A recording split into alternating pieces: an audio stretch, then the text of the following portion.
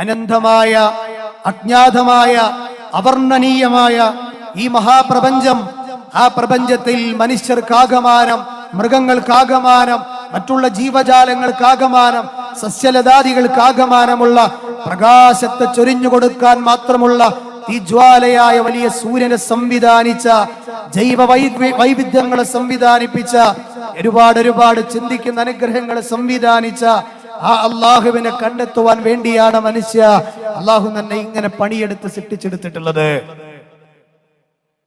അല്ലാതെ മറ്റൊരു ലക്ഷ്യത്തിനു വേണ്ടിയല്ല. അതൊക്കെ ജീവിക്കാൻ വേണ്ടി ചിലപ്പോ ജോലി ചെയ്യേണ്ടി വരും, അധ്വാനിക്കേണ്ടി വരും, അതൊക്കെ വേണം, അല്ല എന്നല്ല പറഞ്ഞത്. പക്ഷെ ജീവിതത്തിന്റെ ലക്ഷ്യം എന്ന് പറയുന്നത് അള്ളാഹുവിനെ ഇബാദത്ത് എടുക്കുവാനും അവനൊരു നന്ദിയുള്ള അടിമയായി ജീവിക്കുകയും ചെയ്യുക എന്നുള്ളതിനും വേണ്ടിയാണ്. അറിയുമോ നിങ്ങൾക്ക്, ഓരോ മിനിറ്റിലും 750 മില്ലി ലിറ്റർ രക്തമാണ് സങ്കീർണമായ നമ്മുടെ തലച്ചോറിലൂടെ സഞ്ചരിച്ചു കൊണ്ടിരിക്കുന്നത്. 11 പേർ കളിക്കുന്ന ഒരു ഫുട്ബോൾ ഗ്രൗണ്ടിൽ കാർപ്പറ്റ് വിരിക്കാൻ മാത്രം വലിപ്പമുണ്ടത്രേ ചുരുട്ടി മടക്കി വെച്ച നമ്മുടെ ഈ തലയോട്ടിക്കുള്ളിയുടെ ഉള്ളിലുള്ള തലച്ചോറിന്റെ വലിപ്പം.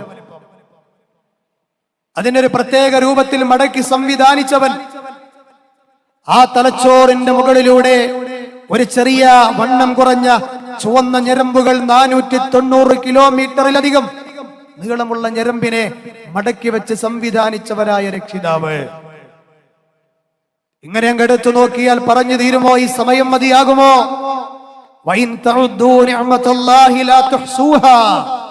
അല്ലാഹു നൽകിയ അനുഗ്രഹങ്ങളെ നീ ഒരു ഭാഗത്തിരുന്ന് എണ്ണിയാൽ എണ്ണിക്കണക്കാക്കാൻ മാത്രം സാധ്യമാകാത്ത രൂപത്തിൽ അനുഗ്രഹങ്ങളാണ് അല്ലാഹു നമുക്ക് ചൊരിഞ്ഞു തന്നിട്ടുള്ളത്.